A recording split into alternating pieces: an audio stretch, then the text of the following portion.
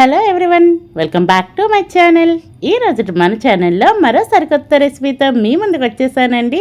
చాలా అంటే చాలా క్విక్గా చేసుకోవచ్చు.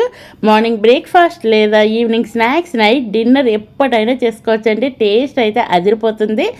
మీరైతే కనుక ఫుల్గా వీడియో చూసేయండి, ఎక్కడ స్కిప్ చేయకుండా.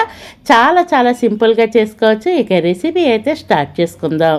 దీనికోసం అయితే ఒక 2 బంగాళదుంపల్ని పైన ఉన్న పొట్టుని తీసేసి ఈ విధంగా నీళ్ళలో వేసుకొని, నేను వీడియోలో చూపించిన విధంగా ఏదైనా తురుముకునేది ఉంటే ఇలా సన్నగా తురిమేసుకోండి. అలాగే ఈ లోపైతే మీకు వచ్చిన రిక్వెస్ట్ అండి, మన ఛానల్ ఇంతవరకు ఎవరైనా సబ్స్క్రైబ్ చేయకుండా చూస్తే ప్లీజ్ అండి సబ్స్క్రైబ్ చేయండి. వీడియో నచ్చితే లైక్ చేయండి. ఖచ్చితంగా మీ ఫ్రెండ్స్ అండ్ ఫ్యామిలీ మెంబర్స్కి షేర్ చేయండి. ఈ లోపే నేను ఇలా సన్నగా తురిమేసుకున్నాను కదండి. తురుముకొని మళ్ళీ నీళ్ళలో వేసుకొని ఆ నీళ్ళలో నుంచి తీసుకొని ఇలా గట్టిగా పిండేసి వేరే బౌల్లోకి అయితే తీసుకుందాం.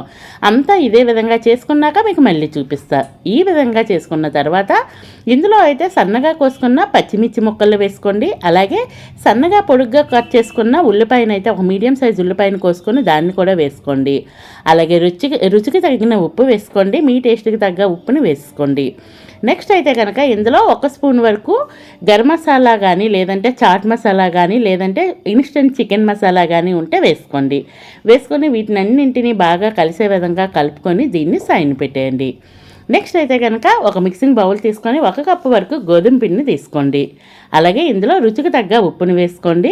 ఉప్పును వేసుకొని కొంచెం నీళ్ళను వేసుకొని రెగ్యులర్గా చపాతీ పిండి ఎలా అయితే కలిపేసుకుంటామో అదే విధంగా కలిపేసుకోండి. ఇలా గట్టిగా కలుపుకోవాలి. అలా అని టచ్ చేస్తే స్మూత్గా ఉండాలి. ఈ విధంగా అయితే నేను వీడియోలో చూపిస్తూ ఉంటాను చూడండి. ఈ విధంగా అయితే పిండిని అయితే బాగా కలిపేసుకోవాలి. ఇలా కలుపుకున్న పిండిని మూత పెట్టేసి ఒక 10 నిమిషాలు రెస్ట్ ఇచ్చినా పర్వాలేదు, అప్పటికప్పుడు చేసుకున్నా కానీ పర్వాలేదు. ఇలా 10 నిమిషాల తర్వాత నేను చూపించే విధంగా అయితే ఇలా రోల్ చేసుకోండి. రోల్ చేసుకొని కరెక్ట్గా 3 పీసెస్ ఈవెన్గా వచ్చే విధంగా కట్ చేసుకోండి.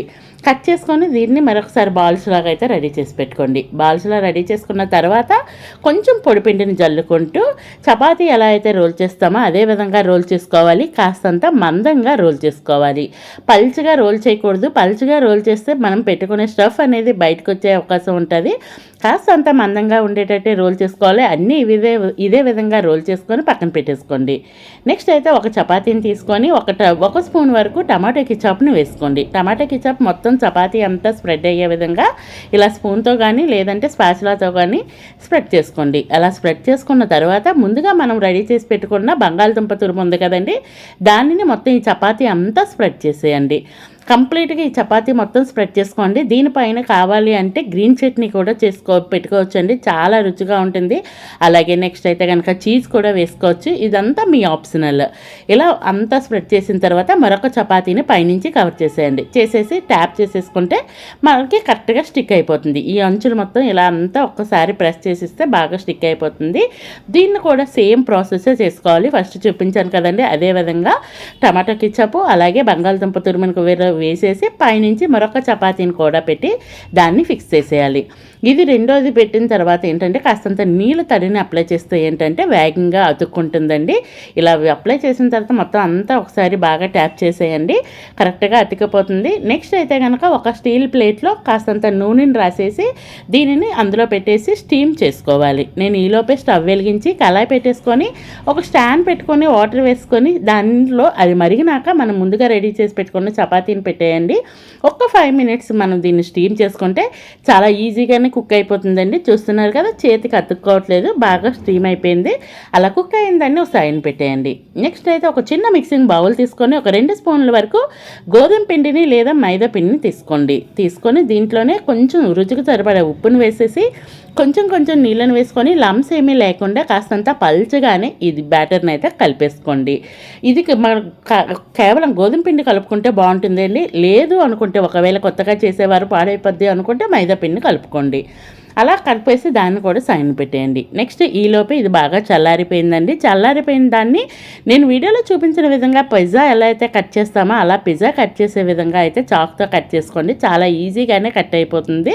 ఇలా ఎన్ని పీసెస్ కావాలంటే అన్ని పీసెస్ లాగా కట్ చేసుకోవచ్చు. సన్నగా కావాలంటే సన్నగా, లేదు కాస్త మందంగా కావాలి అనుకుంటే ఇలా కూడా కట్ చేసుకున్నా వదిలేయచ్చు.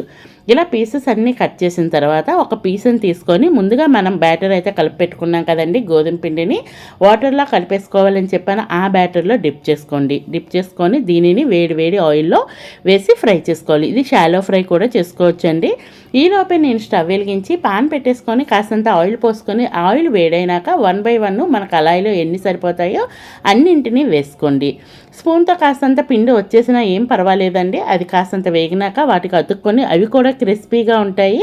అలా 1 సైడ్ కాలినాక రెండో వైపు అయితే టర్న్ చేసుకోండి. రెండు వైపులా మంచి గోల్డెన్ బ్రౌన్ కలర్ వచ్చేంత వరకు అటు ఇటు తిప్పుతూ వీటిని ఫ్రై చేసుకోండి. చాలా రుచిగా ఉంటాయి. ఈవినింగ్ టైం స్నాక్గా అయితే కనుక టమాటో కెచప్తో సర్వ్ చేయండి. పిల్లలు అయితే భలే ఇష్టంగా తింటారు. టేస్ట్ అయితే సూపర్ ఉంటుందండి. ఫైనల్లీ ఇలా ఫ్రై అయినాక వీటినైతే ఆయిల్లో నుంచి పక్క తీసుకొని చల్లారినాకైనా బాగుంటుంది, వేడిగా తిన్నాక కూడా బాగుంటుంది. ఫైనల్లీ మన రెసిపీ అయితే రెడీ అయిపోయిందండి.